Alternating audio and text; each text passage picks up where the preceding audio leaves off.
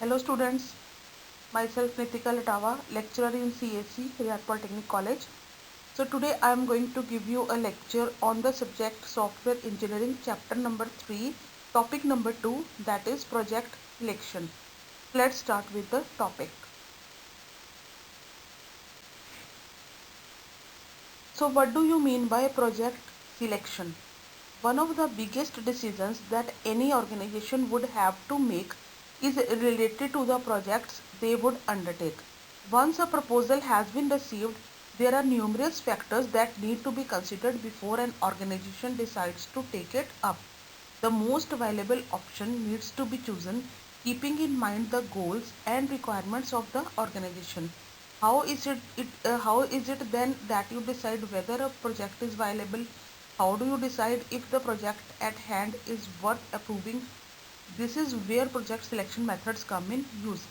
अब क्या होता है कि कोई भी ऑर्गेनाइजेशन है, स्मॉल ऑर्गेनाइजेशन या बिग ऑर्गेनाइजेशन है, उनके लिए सबसे बड़ा डिसीजन क्या होता है कि जो प्रोजेक्ट उन्होंने बनाना है वो कौन सा प्रोजेक्ट चूज़ करेंगे।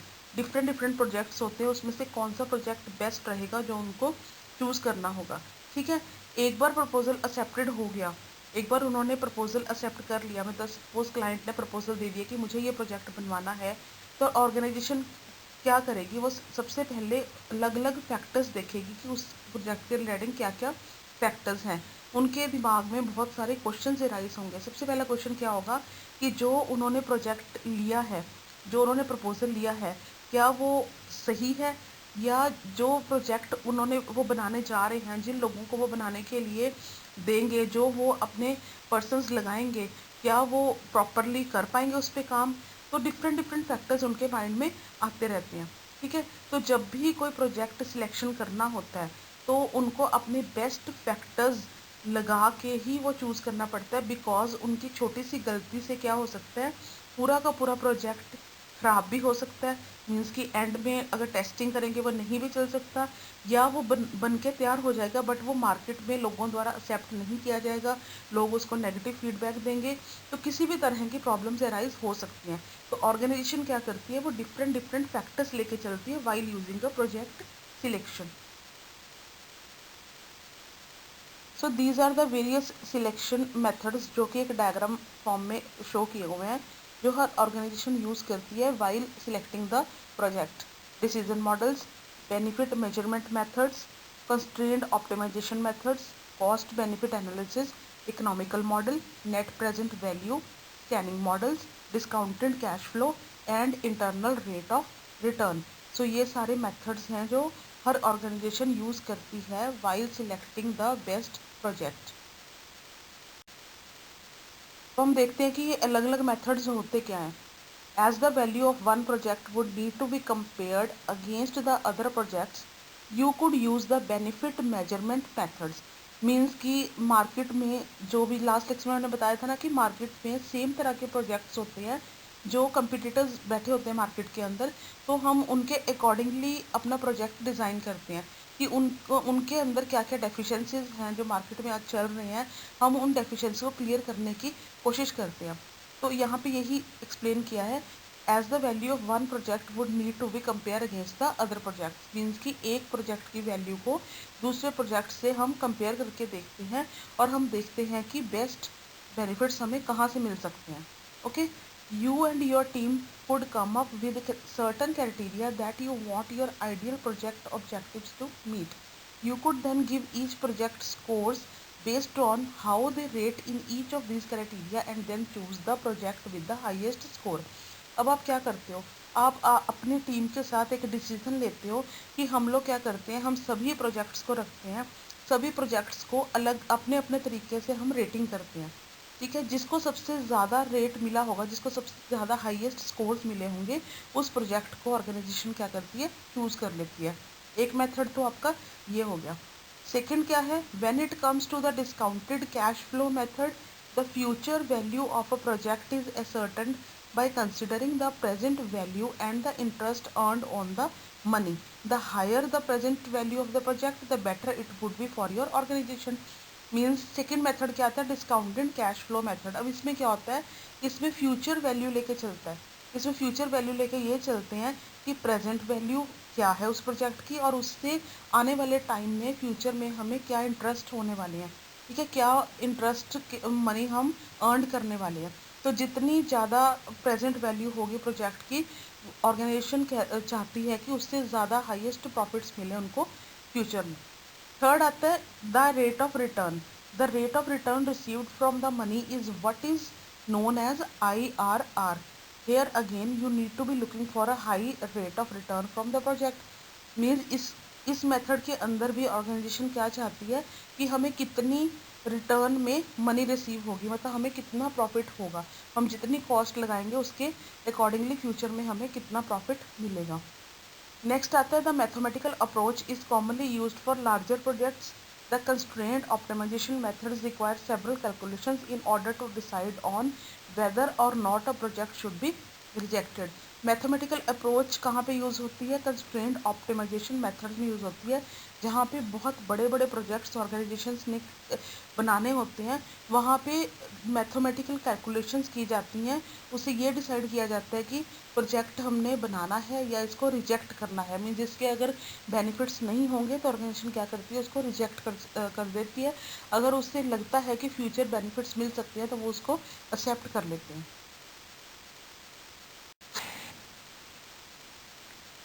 Now your cost benefit analysis.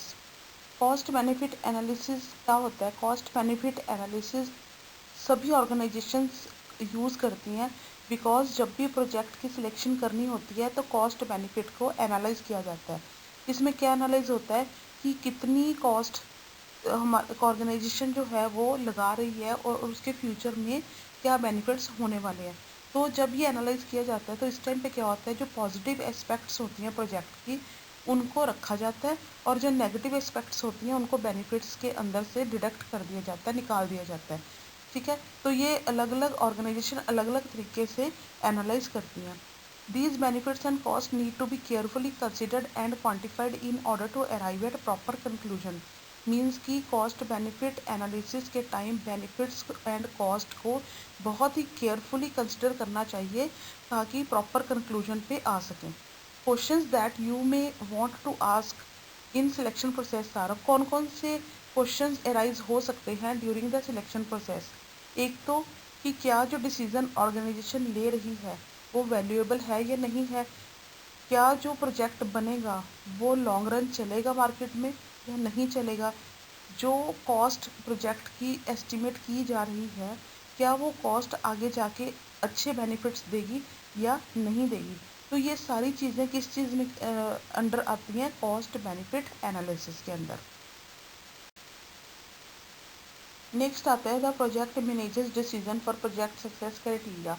Means कि प्रोजेक्ट मैनेजर का क्या डिसीजन होता है while selecting the project, and project को सक्सेस कैसे दिलवाया जाए इन द मार्केट और इन द फ्यूचर। तो मैंने लास्ट लेक्चर में आपको बताया था कि प्रोजेक्ट मैनेजर कौन होता है, ही और she is the head of the project. उसके पास सारी पावर होती है, वो प्रोजेक्ट में कोई चेंजेस हैं वो कर सकता है, कोई अपडेशंस हैं वो कर सकता है, कुछ उसमें से नहीं पसंद आता कोई चीज़ को डिडक्ट करना है वो कर सकता है। मीन्स किसी भी तरह की कोई प्रोजेक्ट के रिगार्डिंग प्रॉब्लम्स आती है वो सारी कौन हैंडल करता है? Project manager. ठीक है, तो प्रोजेक्ट मैनेजर कौन कौन से डिसीजन लेता है?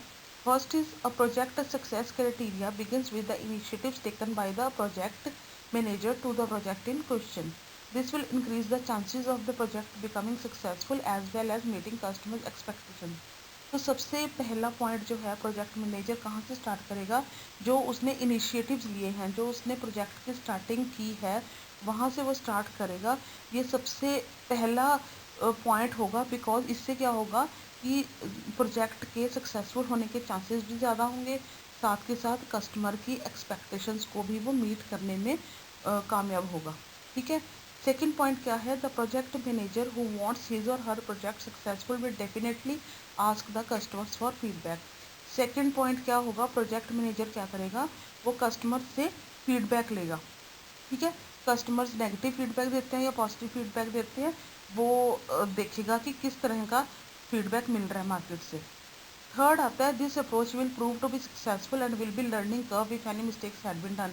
अगर तो पॉजिटिव फीडबैक होती है then it is well and good. अगर नेगेटिव फीडबैक होती है तो ये एक अच्छा चांस होगा मैनेजर के लिए कि जो भी मिस्टेक्स हुई हैं उसको वो करेक्ट कर सके। Next is success factors. So these are the factors that are contributed by every management towards a successful project. These are divided into 5 groups. ये हर मैनेजमेंट के थ्रू कंट्रीब्यूशन दी होती है इन फैक्टर्स की, बिकॉज ये 5 फैक्टर्स ऐसे हैं जिसके थ्रू आपको प्रोजेक्ट में सक्सेस अचीव कर सकते हो। सो कौन कौन से स्टेप्स हैं? First is project manager, second is project team, third is project, fourth is organisation, fifth is external environment. So the project manager, the person needs to have an array of skills under his arm to use during the project. Project manager वो person होता है कि जो भी project manager as a manager जिस person को choose किया होता है उसके अंदर वैरायटी ऑफ स्किल्स होनी बहुत ज़रूरी है और वो अपने उन स्किल्स को प्रोजेक्ट के टाइम भी यूज़ करे। तो ये चीज़ मैनेजमेंट को ध्यान में रखनी पड़ेगी। सेकेंड आता है प्रोजेक्ट टीम। जब भी एक प्रोजेक्ट टीम तैयार की जाती है, so the team needs to consist of variety of skills and experience. Means उन टीम मेंबर्स के अंदर स्किल्स भी होने चाहिए और साथ में उनको एक्सपीरियंस भी होना चाहिए।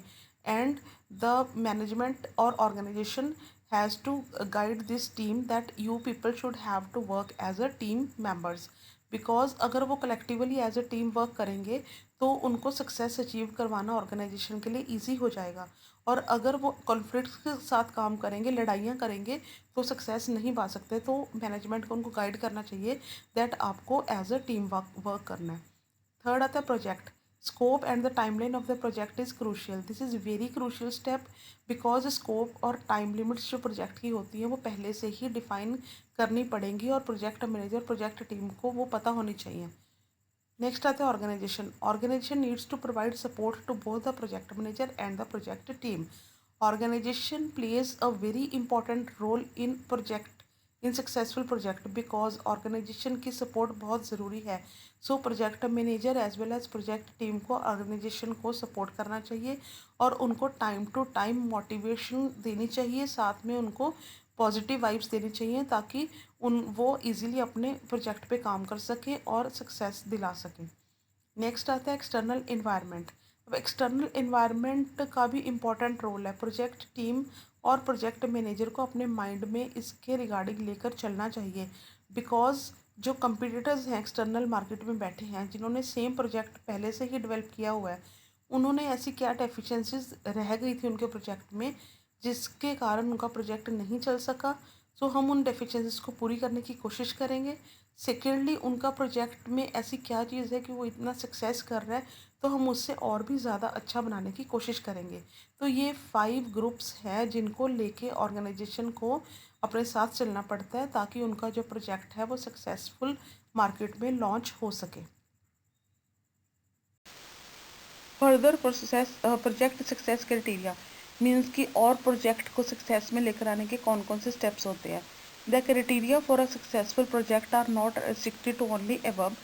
However, following are the some of other supporting factors that need to be considered when it comes to a successful project. Means कि जो हमने अभी 5 सक्सेस फैक्टर्स पढ़े हैं उनके अलावा भी प्रोजेक्ट फैक्टर्स और भी हैं जिसके थ्रू हम अपना प्रोजेक्ट सक्सेसफुल कर सकते हैं because there are not only 5 factors, there are more other factors also. सबसे पहले आता है नेगोशिएशंस, सेकेंड आता है proper and conductive project plan, third आता है assigning task to the team members, next आता है developing a plan to achieve common task, next आता है reviewing and doing a rework when needed, next आते हैं managing project risks efficiently, next is allocating time for process improvement, next is learn from the learning curve, next is proper estimation of project in terms of not only quantitatively but also qualitatively। तो सबसे पहला क्या criteria है कि हमारा project successful रहे। सबसे पहला था नेगोशिएशंस, मीन्स कि प्रोजेक्ट को सिलेक्शन करने के टाइम कस्टमर के साथ नेगोशिएशंस हम कर सकते हैं। हमें ये नहीं है कि आपने जितनी कॉस्ट बताई है उतनी ही कॉस्ट है, उसमें नेगोशिएशंस भी हो सकती हैं। नेक्स्ट आता है कि प्रॉपर प्लान के लेकर चलना चाहिए। नेक्स्ट आता है कि टीम मेंबर्स को उनके टास्क असाइन करने चाहिए। नेक्स्ट आता है कि developing a plan to achieve common task, एक ऐसा प्लान बनाना चाहिए जिससे कि सबको ये लगे कि हमने एक ही टास्क अचीव करना है।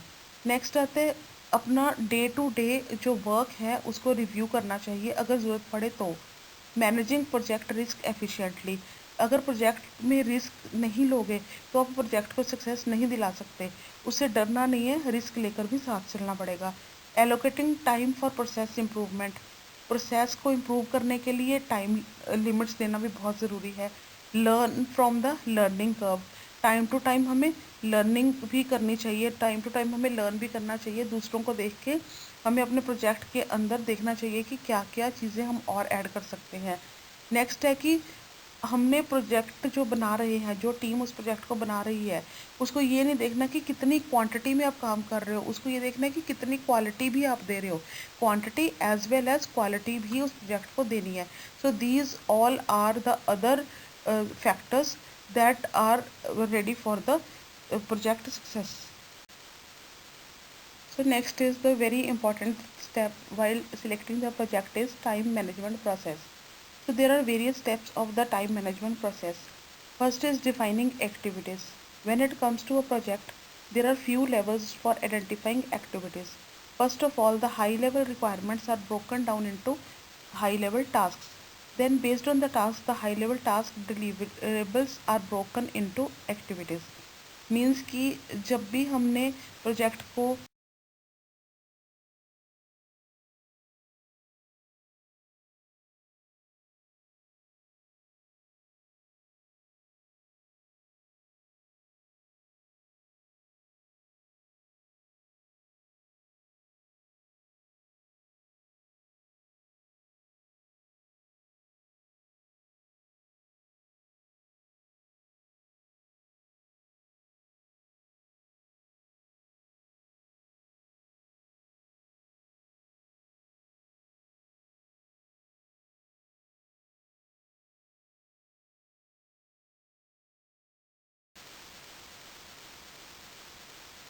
थर्ड आता है रिसोर्स एस्टिमेटिंग फॉर एक्टिविटीज़।